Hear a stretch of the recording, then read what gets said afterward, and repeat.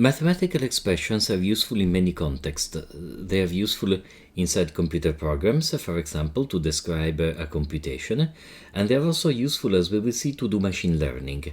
So we want to develop a representation for mathematical expressions in a symbolic way. Let me write one expression. We can write 2 times x plus 1. So this can be represented in various ways. We can represent it as a string, as a single string in which these various characters appear. And this is a plausible representation, and in fact it's the way in which you enter it in a program, but it does not allow us easy access to the structure of the expression. If you think at it logically, there is a multiplication between 2 and x plus 1. So perhaps a better representation would be to say that there is a multiplication with one side a 2, and on the other side the sum of x and 1. This representation that we see here on the left is a tree representation, and is the one we will develop. Okay, so we want to develop this tree representation of the structure of an expression. You see there are no parentheses. The associativity is made clear by the structure of the tree itself. Notice also this is the first time I think in the class we see one of these trees. Normal trees grow in this way, right? There are branches and leaves on the branches. Computer science trees, as my Grigory Mintz, who taught me logic, was happy to joke about, grow in the opposite direction. The root is on top, and the trees branch as you go down, okay? And they can branch further and further sometimes. So we will use computer science trees that branch downwards in order to represent our mathematical expressions. So once we have this tree is beautiful to think about, but it's not yet something we can represent in Python. To represent this tree in Python, there are various ways. We will explore in this lecture a very simple way, and in the next one that relies more on the power of classes and hierarchy. The very simple way to represent that is to say that, so if we have an expression that is just a 2, we represent it by a 2. If we have an expression that is just a variable name, such as x, we represent it just by x. And if we have a composite expression, for example, a times of 2 and y, for instance, we represent this as a tuple with the 3 elements: the operator in first position, then the left branch, and then the right branch. Okay? So that the tree that I drew there would be represented as follows. There is a tuple, there is a times operator, on the left there is a 2, and on the right there is another tuple nested in it, where there is a plus. The left child is an x, and the right child is a number 1. Okay? So essentially, this will be the conceptual representation that we think about, the pictorial tree, and this will actually be the way we represent it in Python and on which our functions will operate. We note that the process of translating from a single string to this tree is a very important one that you will study later in your computer science curriculum. This is called parsing.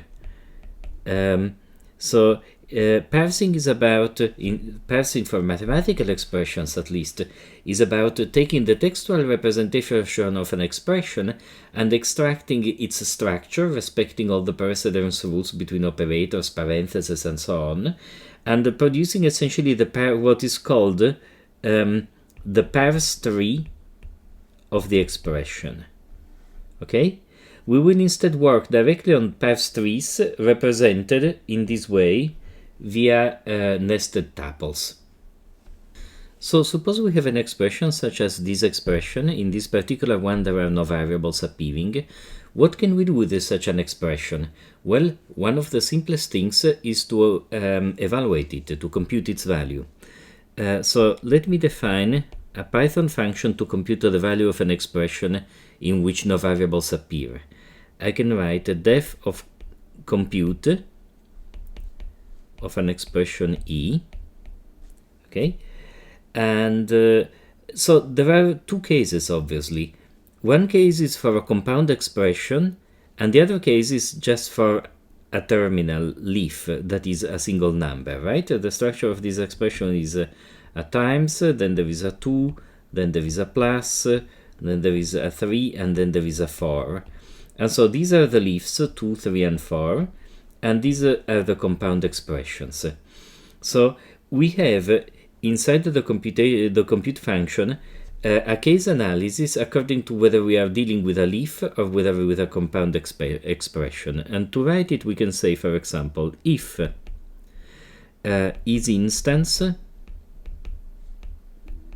of E tuple. So if E is a tuple, then it's a compound expression, and we have to deal with it. And let me leave some space for dealing with it, and I can say here else. Okay, so if it's not a compound expression, in this case, because there are no variables, we can directly return the value because we know it's got to be a number, right? So we can say simply return the expression itself, because the expression coincides with the value. So if the expression is a tuple, what do we have to do? Well, we have to take the tuple apart. So I can say operator left part, right part is equal to the expression. This, will take the tuple E and put the components into op left and right. Then I have to evaluate the left and right children. Consider these top times operator, for example. We need to first evaluate this child and then this child, because only after the children are evaluated we can actually evaluate the product, right? So the code will look like left prime is equal to compute of left. So we evaluate the left child. Right prime is equal to compute of the right child. Okay, and then once we have the pieces available, we have the operator, we have the evaluation of the left child and the evaluation of the right child. Finally, we can put together the result, and we can say like the value is equal to, and I don't want, I need a case analysis on the operator, but let me simply call it calculate what the operator does when it's fed L prime and R prime. Okay, we can write this function aside. It's just a case analysis that says, oh, if the operator is plus, return L prime plus R prime. If the operator is minus, etc. So this is just like a trivial case analysis. Okay, and I can say return V. And the reason why I wrote this in long form and by hand is that I wanted to underline that this is a general shape in which you will see very, very many of these functions. Most of these functions that operate on expressions will have the following structure. First, there is this case analysis. Are you dealing with a node that is an internal node, right? One of these things in the tree that has two children. These things are called nodes, okay? So this is a node and this is another node. Are you dealing with a node or are you dealing with a leaf? Such as these. Sorry, I wrote it poorly. Leaf. And this is another leaf. And this is another leaf. Okay? So, this is the case for a node. And this is instead the case for a leaf. So, there is this case analysis, right? Am I a compound expression that is a node? Or am I a leaf? And inside the node portion, there is nearly always, there are some variations, but almost always there is this flow that says, take it apart. You need to be able to look at the components. Then you process the sub-expressions.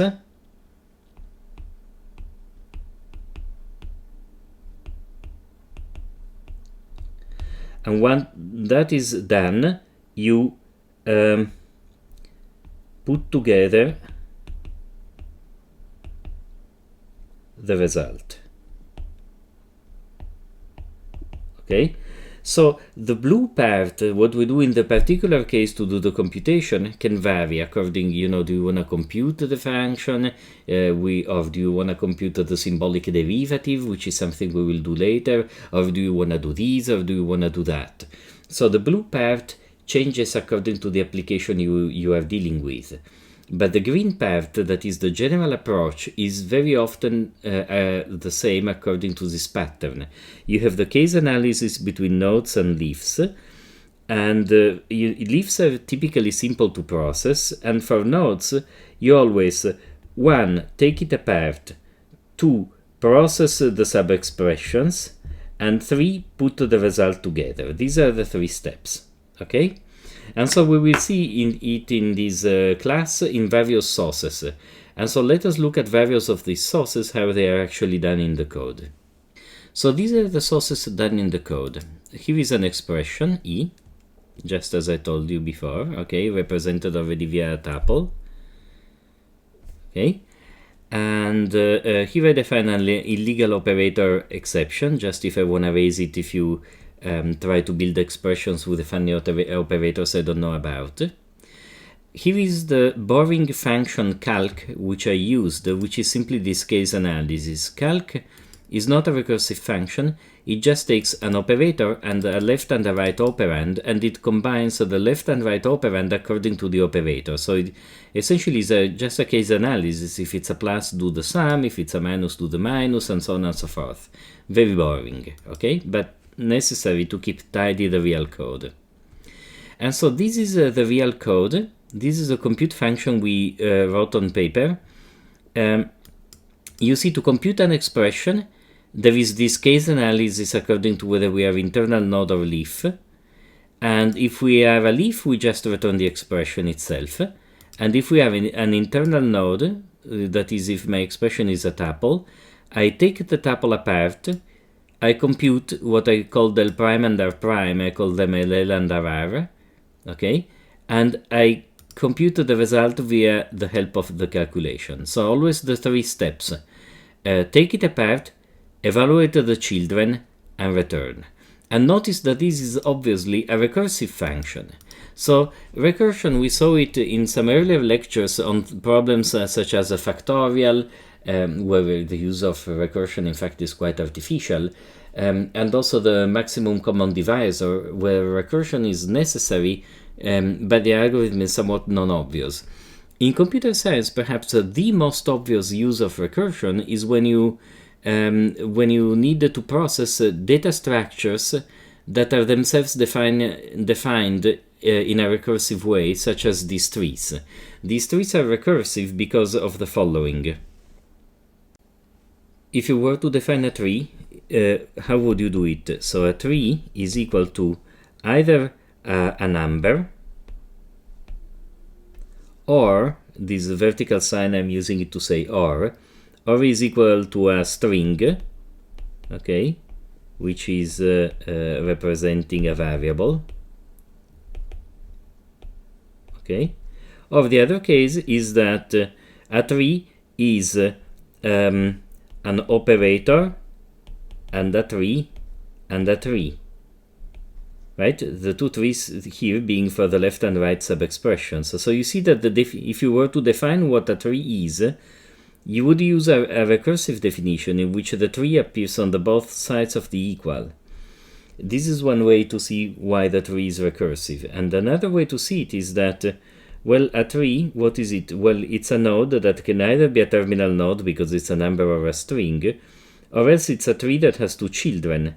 And each child can be either a terminal or in turn can have children. You never know how deep the tree is gonna go when you are at the top. So the only way you can explore it is to decide that if you have a node, you need to explore the left and right child. And recursively from those children, you may need to go down one more level and so on and so forth. So here, the recursive nature of the algorithms is really driven by the fact that the data structure on which you are reasoning is recursive itself. So coming back to our code, once we define the compute function, we can play with it. And we can compute a plus of 4, 5, and we get 9. Plus of minus 3, 1, and plus of 4, 9, we should get, well, 3 minus 1 is 2, 4 plus 9 is 13, and then we add them, so this should be 15. Yes, that's right. So let us now consider expressions with variables. I give you a few helper functions to decide whether an expression is a number, is a variable, or is composite, okay? And that's very nice and good, but what is our real goal? Well, let me first of all define a simplification function. I want to be able to take an expression and evaluate all the numerical portions. For example, if you tell me 2 plus 3, I want to be able to evaluate that to 5. If you tell me 2 plus 3, the whole thing plus y, I want to be able to say, well, 2 plus 3, I can evaluate it to 5. The plus y, it depends on the value of y, so my answer will be 5 plus y. I essentially want to be able to carry out all the numerical computations I can, leaving the variables alone, because I don't know their value. How can I write such a function? In this way. I write definition of simplifier of an expression E, and you see the same scheme at work. There are two cases according to whether E is a composite expression, a tuple, or is just a leaf. If it's a leaf, there is no simplification possible because there is no operator to be evaluated, so you just return the leaf itself. If instead it's a tuple, you take it apart, you simplify each child, you see again the pattern, take it apart and evaluate the children. And once you have evaluated the children, you need to decide whether you can actually simplify it. So if a child is a variable, there is no simplification possible, and even if it's a composite expression. But if both left and right sub-expressions are numbers, then you can actually compute the value of the whole expression. Okay, so there are two cases. If you can simplify, then you return the result of the calculation, which will be a number. And if you cannot simplify, then you have to return the operator with the simplification of the left and right children as a result. So notice this is important. I could have written naively op left and right. So I maybe entirely give up in this case by saying that I just return the operator with the left and right children unchanged. I don't do that. I still hope that in my recursive call to simplify the left and right child, I might have produced a simplified result. So if you want, you can try for yourself. You can plug these instead of this correct solution, and you can see what happens. Basically, you're going to miss out on many possible simplifications. Okay, so in fact, maybe we should play with it a moment. So let me use this code and see how it works. So if you simplify 3, you get 3. If you simplify plus x1, you get plus x1.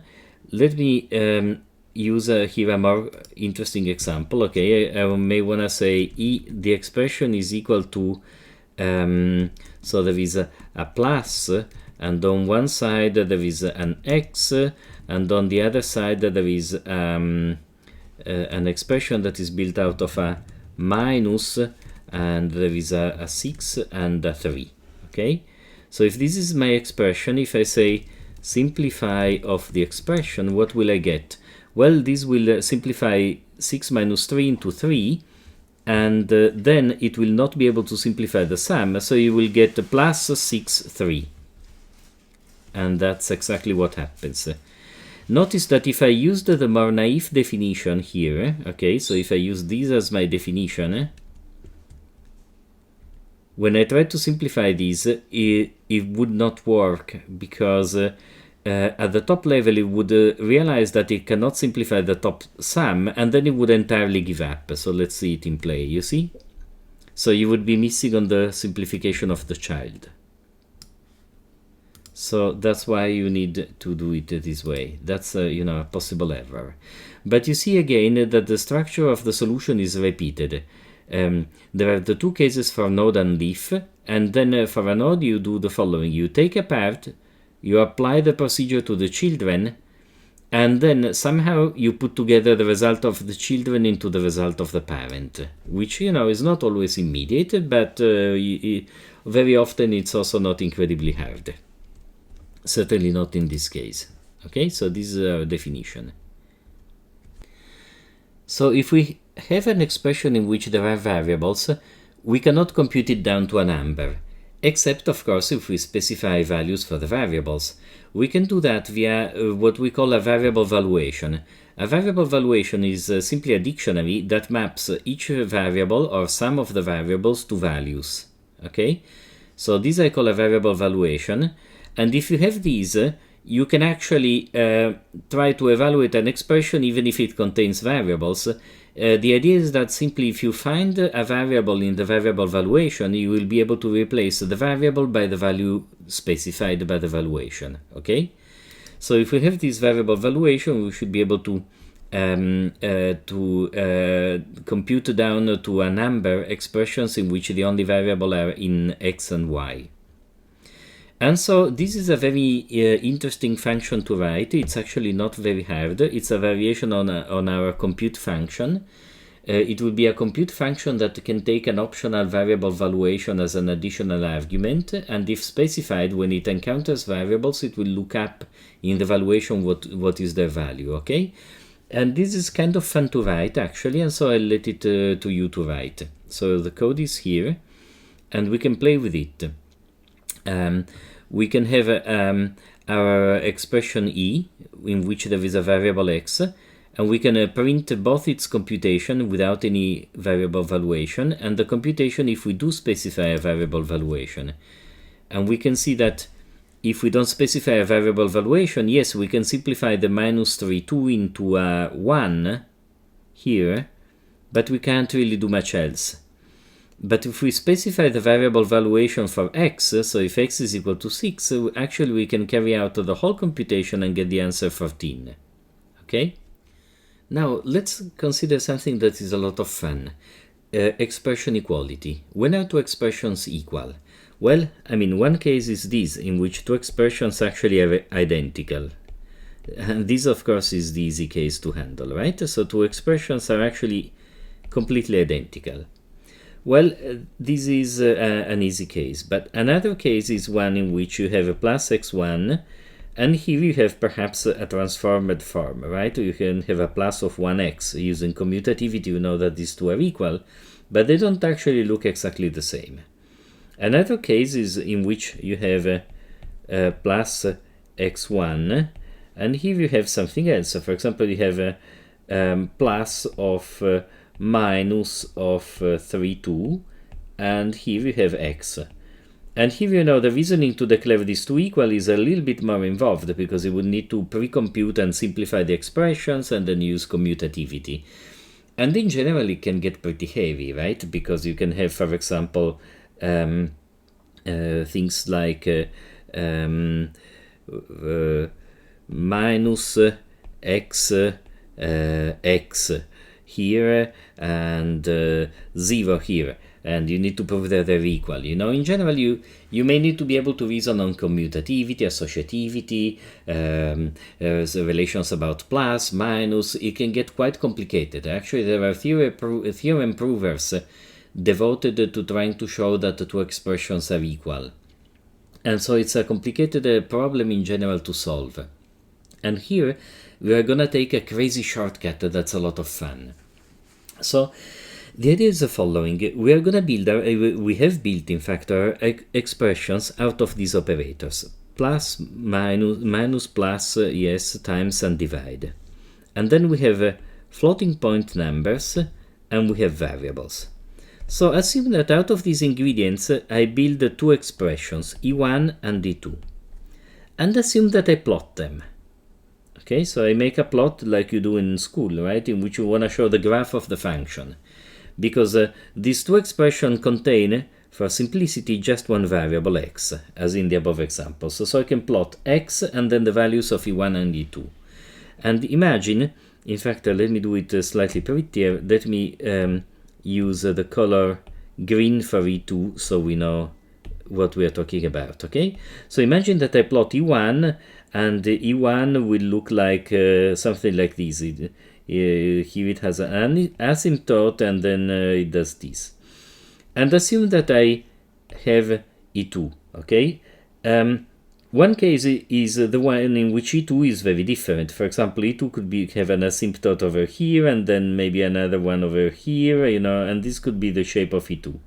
So if this is the case, well, you know that they're different, obviously. And it's actually easy to try to show, right? Because you could just compute both functions for a value, for example, this value 1 or this value 2, and pretty soon you would know that they're different. That is, if you tried experimentally to evaluate the functions for various numbers, very often you are lucky, you are told immediately that they're different. But now, imagine that you are in another case, and imagine that you evaluate these two functions for various numbers, and you actually get the same points. So you don't know what the green function is doing, but it coincides with the blue one at many points.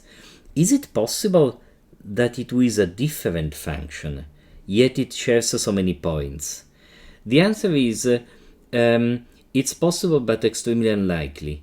And in fact, because E1 and E2 are rational functions, you can show theoretically that if they share a large enough number of points, then they must coincide. Okay? Intuitively, if two polynomials of degree n share at least n points, they must coincide. This is a result that is a direct consequence of the basic theorem of arithmetic. Okay? That says that a polynomial of degree n has at most n roots. Okay? Let me do it for polynomials slowly. But if you had polynomials, if p and q are polynomials of degree at most n, consider their difference, p minus q. This also has a degree at most n as a polynomial, right? So this p minus q can have at most n roots. And if you show that it's p minus q of x is equal to 0 for n plus 1 distinct distinct values of x, then you know that for every value of x it is true that p minus q of x is equal to 0. Okay? So if two polynomials of degree at most n coincide for n plus 1 values, you know that their difference is always 0. So that they coincide. Okay? And here, these are not polynomials, are functions, because they also have division, right? So they're essentially they're rational functions. But if two rational functions coincide for enough values, they must be the same. But also here, what we want to trust is our luck. That is, it stands to reason that if we try to evaluate these functions at random points, and these functions keep having the same value at these different points chosen at random, it must be incredibly likely that actually these functions are the same. Notice that this wouldn't be true for crazy functions that you can generate in computer science, okay? So if you consider, for example, step functions are functions whose value changes in steps. So they would be sort of like they are 0 up to here, then they are 1, then they are 2. And you can very well have two step functions that coincide for a lot of values. Sorry, I should really draw them overlapping, okay? That coincide for a lot of values, but are different only in a very small interval. In this case, this is the interval of difference, okay? So step functions can behave in this crazy way. But rational functions built out of the ratios of polynomials, essentially, which is what we are dealing with, cannot. Okay? We cannot have rational functions that coincide, except that, this one, coincide, but except that this one over here, then decides to do a bit of a twinkle and then coincides again. So the difference is only in a region. Essentially, in rational functions, if you know how they behave in a small interval, if they coincide for a small interval, they have to coincide everywhere, because even a small interval, such as the one from here to here, consists of an infinity of points. Okay? So this is all a nice talk to justify the crazy approach that we take to check expression equality. Instead of doing formal reasoning about the equality, we simply decide, hey, let's strike a bunch of random points, and if the two expressions have the same value when evaluated on all those random points, then they must be equal. And so I let you do it in code. By the way, this is an expression of one of my life mottos, that it's better to be lucky than to be smart, right? And here we are exactly doing the following. We trust that random trials will give us the right answer, and we use this luck of the random trials in order to avoid being smart. That would mean building a theorem prover for mathematical expressions. This is a case in which, the luck really is so much easier than the smartness. So to do it, I don't give you the code because I let you have the fun, but essentially there are various steps. You need to define a function called variables that, given an expression, tells you which variables appear in the expression. This is quite easy to write. You will write it again using the classical scheme. You do a case analysis. Am I a leaf? Am I a composite expression? And if you are a composite expression, you will do something for your children, and then you will put together the result from the children. Okay? So variables gives you the variables of an expression, and so let me execute the code so that I have the definition later. And then based on these, you can implement value equality. So you will, here there are instructions above, but essentially you need to build many variable valuations at random. Of course, in the general case, you don't always have one variable. You may have multiple variables. So you build random variable valuations. You evaluate the two expressions according to these random valuations. And if you always get the same value, within a certain numerical tolerance, then you can declare the two expressions to be equal. So here is another problem that is a lot of fun. So much fun that in fact I leave it to you to do because I don't want to spoil you the satisfaction of doing it. So it is a computation of the symbolic derivatives. What we want to do in practice is something like this. Suppose I give you an expression that is xy plus x squared plus 3. That, of course, would be represented via big 3, right? With a, I don't know, there would be a plus, then a times, then an x, then a y. But don't worry immediately about the 3 representation. Here there would be other stuff. Imagine that this is my expression e. Okay? Now, I may want to do derivative of e with respect to x. Well, if you did it by hand, as they taught you in calculus classes, what would this be? Well, the derivative of xy with respect to x is y. Then there is x squared, so you would get 2x, and then 3. And so I want to implement these. I want to implement the passage from the expression to its symbolic derivative with respect to a variable. How to do it? Well, it's actually not very complicated. So consider how we approach every problem, right? We approach it by doing this case analysis. Is this a leaf expression or is it a composite expression? So let's do the various cases. One case is a leaf and the leaf is a number. This is one of the base cases, right? So your expression may be the number 5.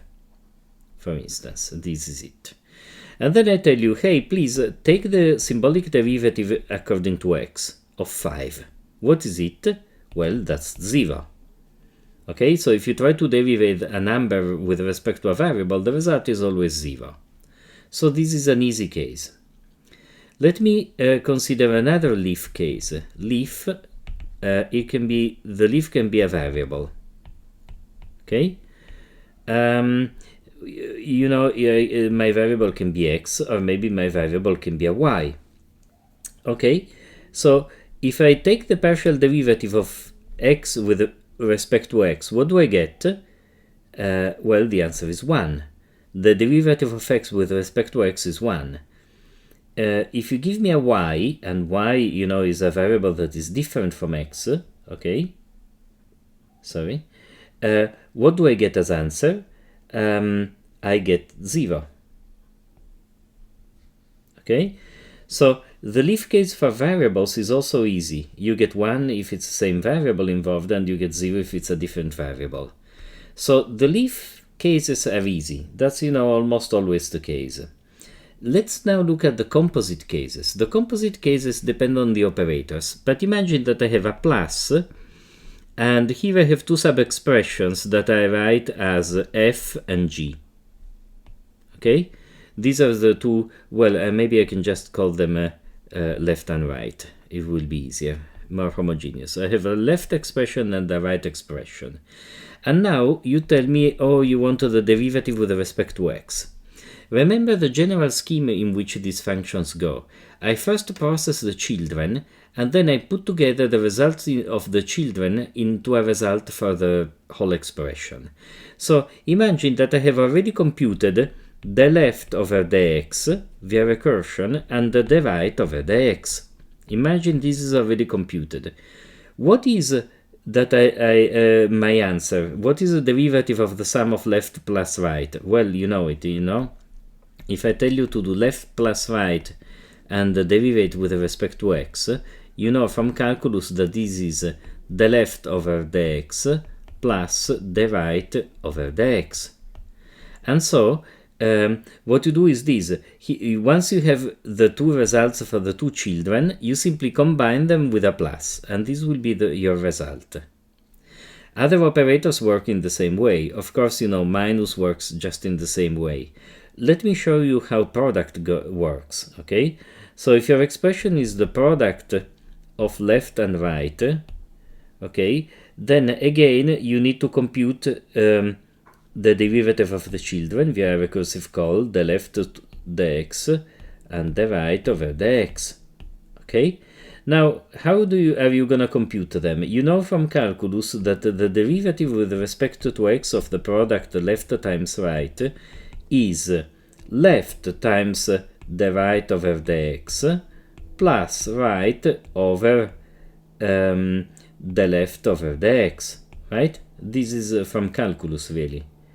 And so you know that the structure that you have to put out will be a plus of a times of a times, and here there will be left and there will be the right over the x, and here there will be right over the left over the x. And in fact, I think, please read my notebook in which I assigned this homework problem. I think that I actually want the answer in this way. There is a times here and a times there, and I think I want to preserve the order. So here is left and the right over the x, and here is the left over the x, and here is right. I think that this is my favorite form for checking that you're doing the right thing. Okay? Of course they are equivalent, it's only that these times has the operators swapped.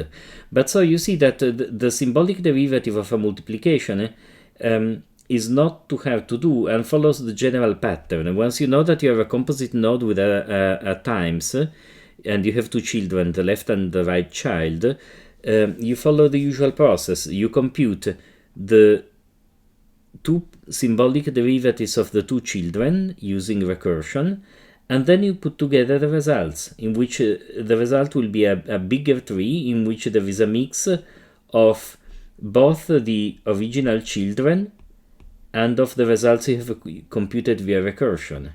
So in this case, it will not be a result that's smaller than the original. It can be bigger, but it's still not very difficult to produce. And the last case is the one for ratio, and if you have a ratio of the left and the right child, again you compute the left over the x, the right over the x, okay, and then you can put together in the answer, which is the left over the x times right minus the right over the x times left divided by right square, if I got it right, okay? And so this is also, somewhat complicated. I mean, it's a big tree, but you can very well produce an expression that has these as values out of these components, right? You have these 4 ingredients, the 2 processed subtrees and the 2 original subtrees, and out of these you can very well build an expression that represents these and return it as the result.